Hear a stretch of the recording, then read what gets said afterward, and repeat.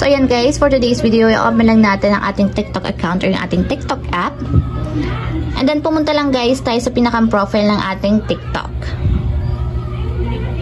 So kung makikita nyo guys, kapag nagbi-visit kayo ng mga TikTok profile, lumalabas dyan yung mga following list or kung ilan yung fina-follow ninyo. So para hindi maging visible yan sa mga followers and friends ninyo, ang gagawin nyo lang guys, dito sa profile, itap nyo lang yung lines na nandito sa upper right corner. And then tap nyo lang yung settings and privacy. So dito naman guys, is pumunta lang kayo dito sa section ng account. So itatap nyo lang is yung privacy. So dito guys, scroll up lang natin. And tigil kayo dito guys sa following list.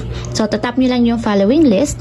And kung makikita nyo guys, naka-everyone siya. So it means na visible yung ating following list sa lahat. So kahit sinong mag-visit ng profile natin, is makikita nila kung sino yung mga fina-follow natin and kung ilan yung fina-follow natin. So para ma-hide guys, gawin lang natin siyang only you. So pindutin lang natin yung only you.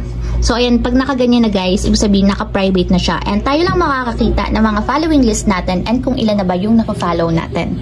So, ayun lang guys, ganun lang kasimple kung paano nga ba i-hide ang number of following list sa ating TikTok account.